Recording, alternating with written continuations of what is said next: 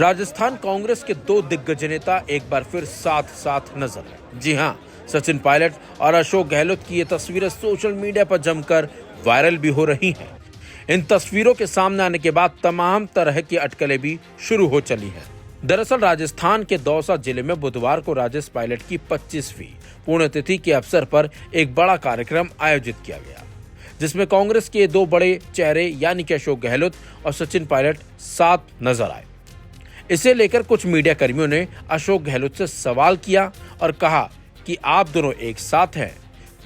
तो इस पर पूर्व मुख्यमंत्री यानी कि अशोक गहलोत ने जवाब दिया कि हम अलग कब थे, हम तो हमेशा से साथी हैं और दोनों में खूब मोहब्बत भी है। सुनिए अशोक गहलोत का वो बयान।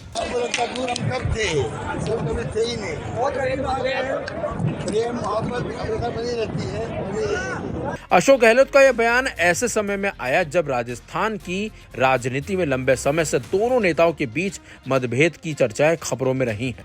लेकिन इस कार्यक्रम में उनकी मौजूदगी और बयानों ने साफ कर दिया कि दोनों नेताओं के रिश्ते अब एक नई सकारात्मक दिशा में है। कार्यक्रम में कांग्रेस के कई वरिष्ठ नेता और बड़ी संख्या में कार्यकर्ता भी मौजूद रहे। यह आयोजन न सिर्फ राजेश पायलट को श्रद्धांजलि देने का अवसर था, बल्कि कांग्रेस के अंदर तालमेल और एकजुटता का संदेश भी देता नजर आया। यहाँ तक कि इससे पहले इस कार्यक्रम में अशोक गहलोत को आमंत्रित करने के लिए राजेश पायलट खुद अशोक गहलोत से मिलने गए थे और इसकी भी तस्वीरें सोशल मीडिया पर जमकर वायरल हुई थी, जिसे लेकर भी अलग अलग की चर्चाएं हो चली थी। Aim right, achieve big. At KR Mangalam University, we provide you the platform to turn your dreams into reality. At KR Mangalam University. वहीं राजनीतिक विशेषज्ञ इन दोनों की मुलाकात को लेकर तरह तरह की अटकलें लगा रहे हैं। उनका मानना है कि इस मुलाकात के कई राजनीतिक संकेत हैं और जल्दी इसे लेकर बड़ा खुलासा भी हो सकता है। यानी कि उनका ये कहना है कि राजस्थान में कुछ बड़ा होने वाला है। खैर, ये तो आने वाले वक्त में पता चलेगा कि इन दोनों की मुलाकात के मायने आखिरकार हैं क्या। लेकिन सुनिए सचिन पायलट और अशोक गहलोत के बयान, उन्होंने कार्यक्रम में शामिल होने पर क्या कुछ कहा। आज स्वर्गीय पायलट साहब की 25वीं पुण्यतिथि है। आज ही के दिन 25 साल पहले उनसे जुदा हुए थे, लेकिन अपने छोटे जीवन में उन्होंने बहुत कुछ हमको दिखाया।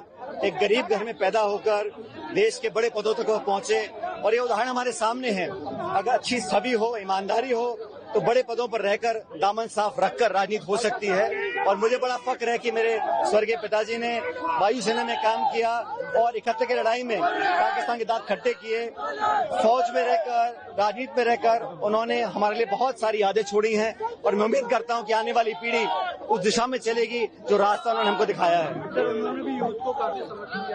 वो कम उम्र में सांसद बन गए थे, इंदिरा जी ने उनको चुनाव लड़वाया, अपनी एयरफोर्स की नौकरी छोड़ी और उन्होंने हमेशा किसान, पिछड़े, वंचित, गरीब लोगों की मदद करने का काम किया और राजनीति में हर पद पर रहे, चाहे सत्ता में चाहे विपक्ष में हो, हमेशा जनता की आवाज उठाई।